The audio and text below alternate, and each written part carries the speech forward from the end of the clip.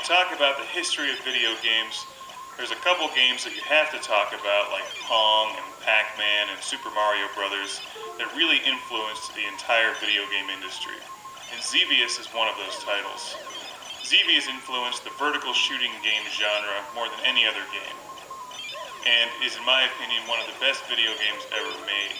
And incredibly challenging, frustrating, and enjoyable all at the same time. This game was released in 1982 and has fortunately seen a comeback on Xbox Live. And I think Xbox Live is tremendous, and the Xbox Live Arcade, bringing back the old school games from the 80s and platformers from the 90s. And I can't say enough good things about Xbox Live. Not only does it bring back these great old school games, but it brings them back in high definition. You can play them through your HDMI cable into an HD TV. And it's just tremendous. Xevious is presented in its original native aspect ratio as you would have played it in the arcade, which is like a television laid on its side. It probably looks very familiar to those of you who have played games like Raiden, and there's so many games in this genre now. As a general rule, I think they're more popular in Japan than they are over here in the States.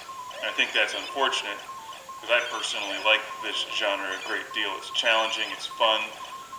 As you know on this show, I love being the lone, daring starfighter against countless enemies, impossible odds, on a questionable, vague mission that usually doesn't matter anyway. Because, what's the point of this game is to get through it, to have fun, to rack up points, and to shoot things and watch them blow up. Xevious came out in the arcade in 1982 and has since been seen on game systems like the Atari 7800 and the NES. And in fact, the original Classic Game Room series, we reviewed the Atari 7800 version and a version for the PlayStation, which they remade. As you can see from the screen, you have two different weapon options. And that's one of the things that makes Xevious unique. But for starters here, you have your lasers, your twin cannons, I think they're lasers, maybe they called them something else, and your bombs. So you have to shoot your enemies in the air, and also bomb the enemies on the ground. And they're all shooting at you from different directions, and it's very challenging.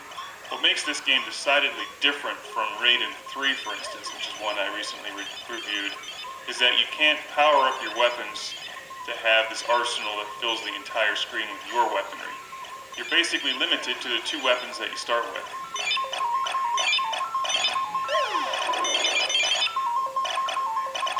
So instead of getting that massive, huge shotgun burst of red bullets that most vertical games have, or a special weapon that you can blow up and then eliminate all enemy fire when it's about to kill you, you really have to rely on some serious skill in dodging the enemy fire. Now, I generally forget the story of Xevious. You can find it online, I'm sure. But you do encounter a couple bosses as you continue on in the game. And wave after wave of enemy. The variety of enemies changes on you.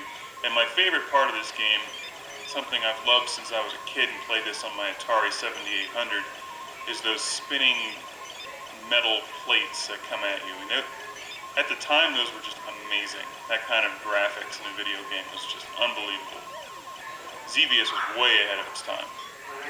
And you can see why it influenced this genre so much. And just these simple things like the little tank boats in the water. You can't just bomb them. You have to actually lead them with your bomb and hope that they run into it. So it requires a lot of skill to hit all the enemies in this and rack up serious points. And with Xbox Live, of course, they give you the added incentive of going for gamer points,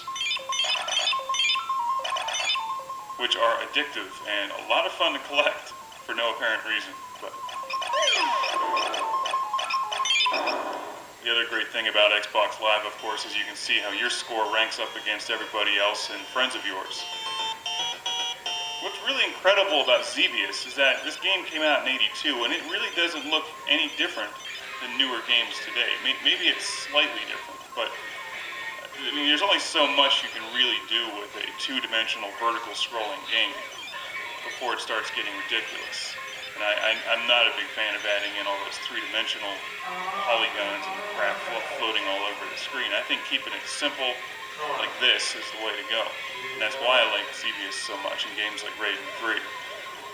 Now, I'm generally not a huge fan of using the Xbox 360 controller on this game. It's definitely challenging. I prefer the arcade-style joystick and buttons, but you know, what are you going to do when you just don't have a stand-up Xevious arcade machine in your basement? Xbox Live is about the best thing you can have. So it does require some skill to hammer away at the button, and also remember to bomb your enemies at a precise time. This is not a game where you can just hold down the fire button. It does give you an option to do a manual shot where you just fire at the rate that I'm firing at now, and also I use my other trigger to hold down the auto fire. So if a wave of enemies comes at me, I hold down that trigger and it lets off a machine gun burst of shots.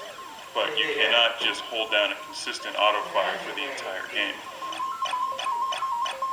And for whatever reason, the music, although it just repeats itself over and over again, it never gets old. And maybe that's just because Xevious is that awesome. Here are the metal plates. And just look at those. 20 years ago, that was incredible. They're tough too. You have to dodge those things. You can't blow them up, so you have to dodge them. And then the enemy fire is coming at you, and then you get caught in between the enemy fire and the spinning metal plates, and it kills you. I love to see the resurgence in arcade titles on Xbox Live. And they don't cost much on Xbox Live. A game like this is only about $5, and it really has infinite replay value. Even if you went out to find this for your Atari 7800 or NES, it would still cost you at least $5 or $6 when you add in the shipping cost. Because you'd probably end up finding it on eBay, for instance. But with the Xbox Live, you just download it and it's no problem. Now, I'm by no means the greatest Xevious player in the world. In fact, I'd like to get a lot better at this game because it really is one of my favorite games and always has been. Just need to find the time to sit down and get back into it. One of my favorite game systems is the Atari 7800, and that's one that I grew up with and had when I was a kid. And Xevious was up there with Robotron 2084 as my favorite game on the Atari 7800. I played it for hours and hours and hours and hours. And I'm glad to see that there's still a lot of interest in Xevious today. If you like this genre, you've never played Xevious before, you owe it to yourself to pick this game up on Xbox Live or the 7800 or the NES, and you've got to play Xevious. If you're really hardcore, you can go out and buy a real stand-up coin-op Xevious machine like they would have had it in the arcades in the 80s, and you can put that in your living room, in your house. And your wife can come home and be like, "Where's all the furniture?" And be like, "Well, I put it outside because we got a Xevious machine." And she may start to get red and get mad at you. And you're like, "Well, why do you need furniture when you have a Xevious machine? The whole point is to stand there and play Xevious." I mean, it's only common sense.